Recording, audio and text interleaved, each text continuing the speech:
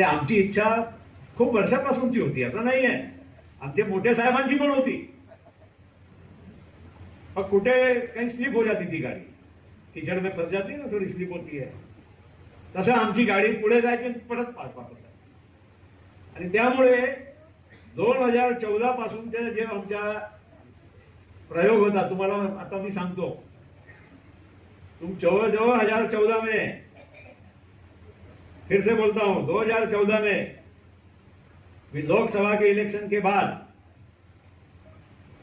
वरचा आमचा ठरला होता की आपण आम्ही काँग्रेसचा साथ सोडायचा आणि तुम्ही शिवसेना साथ.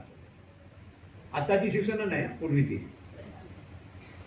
आणि त्या हिशोबाने विधानसभेची इलेक्शन चारही पक्ष वेगळे लढले, नाहीतर दोन होते ना, शिवसेना, बीजेपी, काँग्रेस, राष्ट्रवादी, चारही पक्ष वेगळे लढले. आणि त्यामुळे एक नवीन चित्र महाराष्ट्रामध्ये तयार झालं.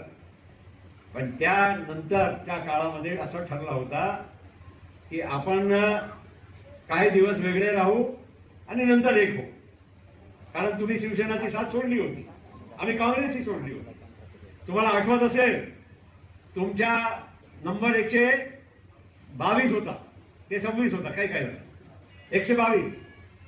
आणि इलेक्शनच्या निकालाच्या दिवशी 1 वाजता टीव्हीवर मी स्वतः राष्ट्रवादीच्या वतीने जाऊन मी घोषणा केली की आम्ही बाहेरून तुम्हाला पाठिंबा देत आहोत. हरिभाऊ बागडे तुमचे स्पीकर निवडून आले, ते आमच्या सहकार्यांनी निवडून आले.